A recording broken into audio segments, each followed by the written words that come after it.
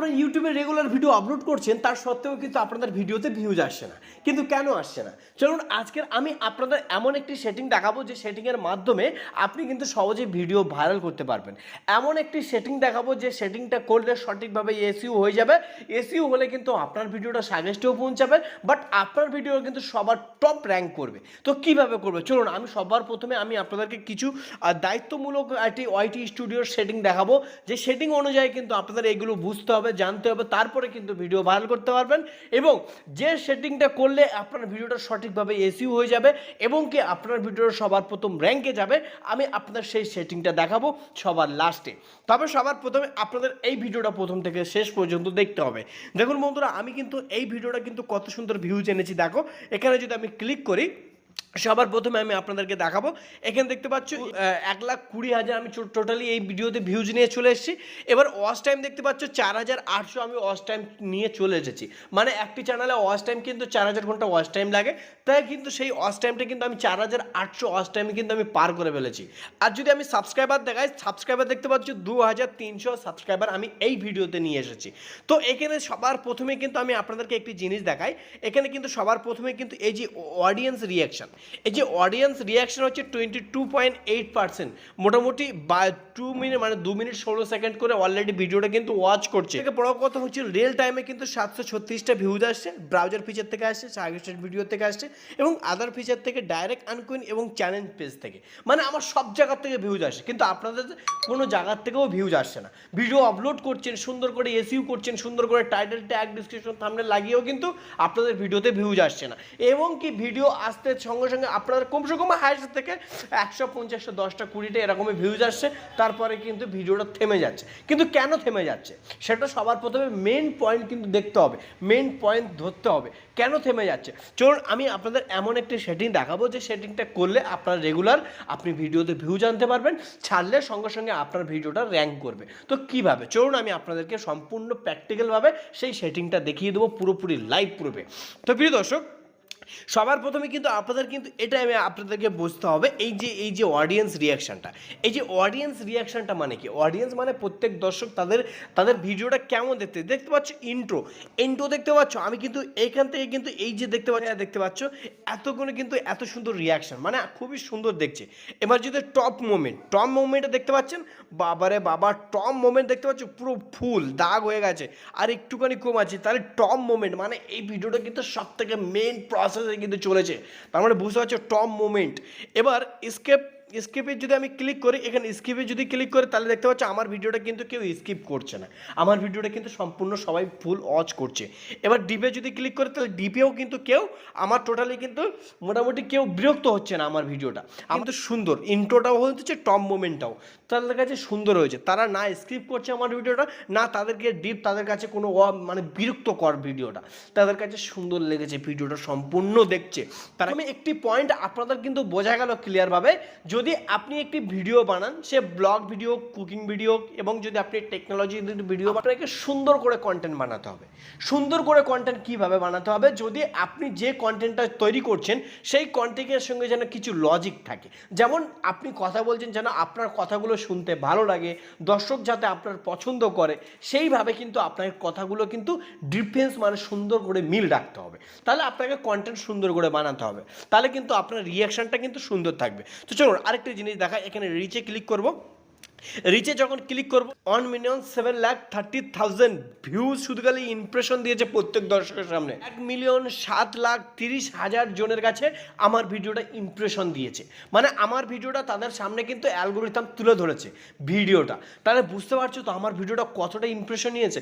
আপনারা সেই ভিডিওটা, আপনাদের ভিডিওটা কীভাবে ইমপ্রেশন নিয়ে আসবেন আমি সেই সেটিং দেখাবো, যে সেটিংয়ের মাধ্যমে আপনার ভিডিওটা ইমপ্রেশনে নিয়ে যেতে পারবেন, প্রত্যেক দর্শকের সামনে আপনার ভিডিওটা তুলেও ধরবে এবং কি আপনার ভিডিওর সবার প্রথমে কিন্তু নাম্বার 1 র্যাঙ্ক করবে। কিভাবে চলুন আমি আপনাদেরকে সেই সেটিংটা দেখাবো। সবার প্রথমে কিন্তু গুরুত্বপূর্ণ সেটিংগুলো আমি আপনাদেরকে দেখিয়ে দিচ্ছি, যাতে আপনাদের বুঝতে সহজ হয় এবং কি সেই সেটিংগুলো আপনাদের করলে আপনাদের সহজেই বুঝে যাবেন যে হ্যাঁ এইভাবে সেটিং করলে আমার ভিডিওটা ইমপ্রেশন এবং কি র্যাঙ্কে যাবে এবং সহজেই ভিডিওতে ভিউ জানতে পারবেন।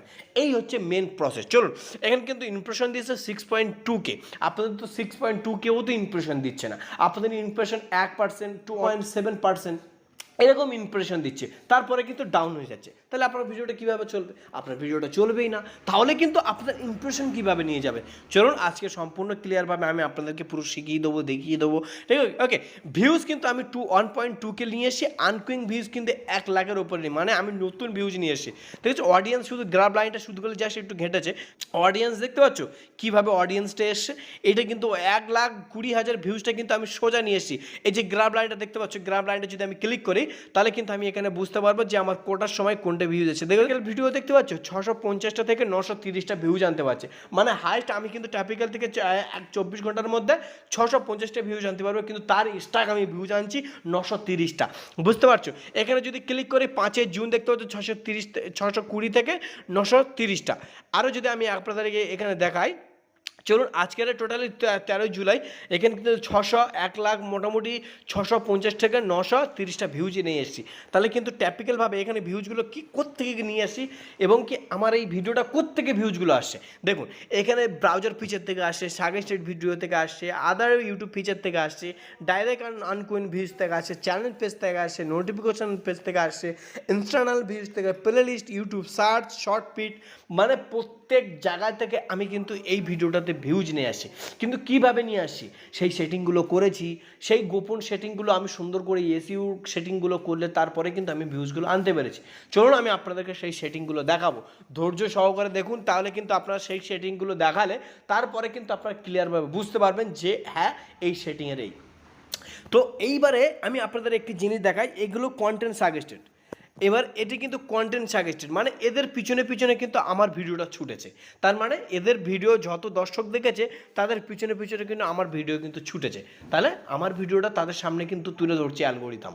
ওকে, এবার এঙ্গেজমেন্ট মানে আপনাদের কিন্তু এটা সবার প্রথমে বুঝতে হবে যে এঙ্গেজমেন্ট মানে কি। দেখুন এটা রিমিক্স, টপ রিমিক্স, মানে আমার ভিডিওগুলো কতজন এখানে ইউজ করেছে আমি কিন্তু এখানে বুঝে যাব যে আমার ভিডিওগুলো কে কে ইউজ করেছে। আমার ভিডিওগুলো কিন্তু 3 জন ইউজ করেছে, ঠিক আছে? তো 3 জন চ্যানেলে কে কে ইউজ করেছে আমি কিন্তু দেখে নিতে পারবে। এমন কি সেটিং লুকিয়ে আছে, এমন কি সেটিং করলে যে আপনার ভিডিওটা ভাইরাল হবে, র্যাঙ্কে যাবে, চলুন দেখিয়ে দিচ্ছি। তার জন্য আপনারা অবশ্যই যদি এখন চ্যানেলটি সাবস্ক্রাইব না করে থাকেন তাহলে অবশ্যই সাবস্ক্রাইব করে বেল আইকনটা অল প্রেস করে অবশ্যই সাথে থাকবেন।